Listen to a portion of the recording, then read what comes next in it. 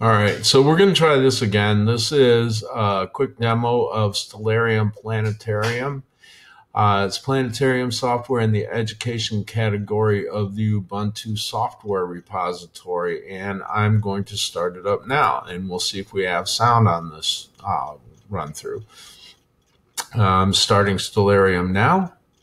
Here it is. It defaults to full screen. You can access the toolbars for it by going here, here, and up here in the corner. I don't think there are any more. Notice we have the cardinal points here, which is basically the compass points, and a few star labels at the beginning.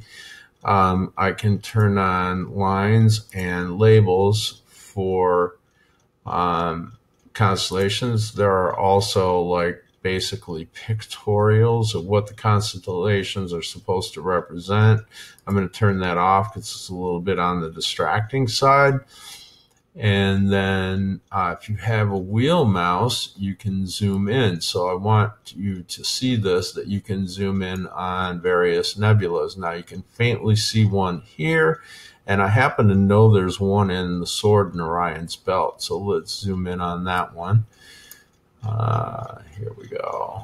And you can see there's a couple of nebulas in Orion, one by his belt and one back here in the Sword. I'm going to go for the one in the Sword. It's a little brighter. And you can zoom pretty far in. And at this depth in the sky, you can see the sky moving. You can turn the sky motion off by clicking on that one, and then you can turn it back on there. Now I'm using my mouse wheel to zoom in and out.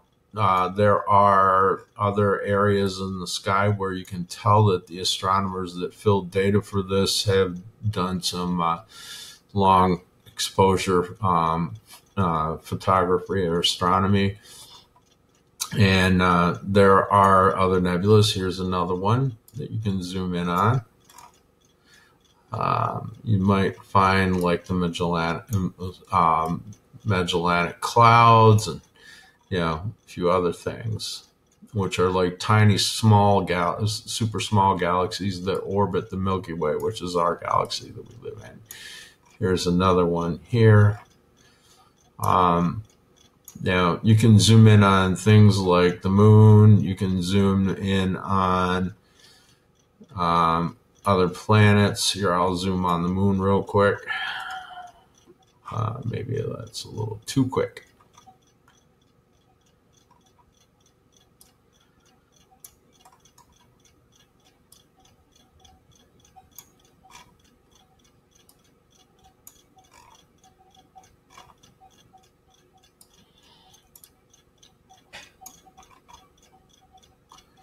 You're not going to get much more detail than that. I mean, that's about as detailed as you're going to get in here. But still, that's pretty cool. And I'm assuming with the other planets, if you find them, you'll be able to zoom in on those too. I'm not sure where like Jupiter and all that is. I'm kind of just whipping around the sky here a little bit, and it doesn't look like any planets are really up.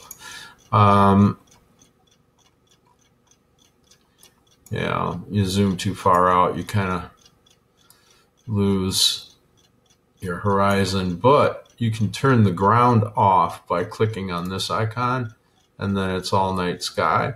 And now we can look. Basically, it's as if we're looking through the Earth to see if any planets are visible, and you can see that these planets would be below the horizon. So let's try zooming in on Saturn once and see if we can get any detail.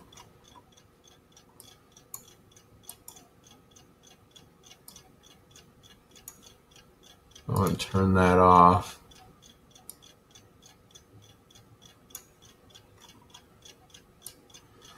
And look at that. You have to work at it a little bit to zoom that far in. But look at this. Now I'm seeing Saturn and multiple moons of Saturn. And this might be a good time to turn the motion off.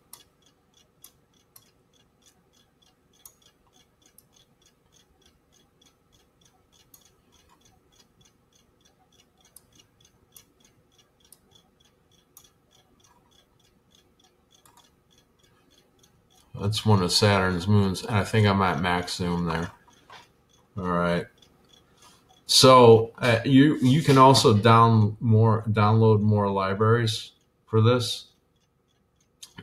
You can get it up to 210 million stars from what I was reading online. I'm not going to worry about that right now, but I wanted to show you what's all possible. And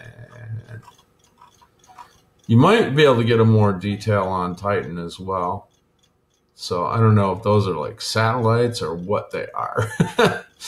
That's interesting. Maybe they're satellites going by overhead or something. All right, and I'm going to go ahead and turn the ground back on. I'm looking at dirt because I jumped up in the sky and now I'm kind of looking at the ground from above. Fascinating. All right, and you can turn it off here. And there you go. There's Stellarium. It's a lot of fun. And now it's time to stop the recording and say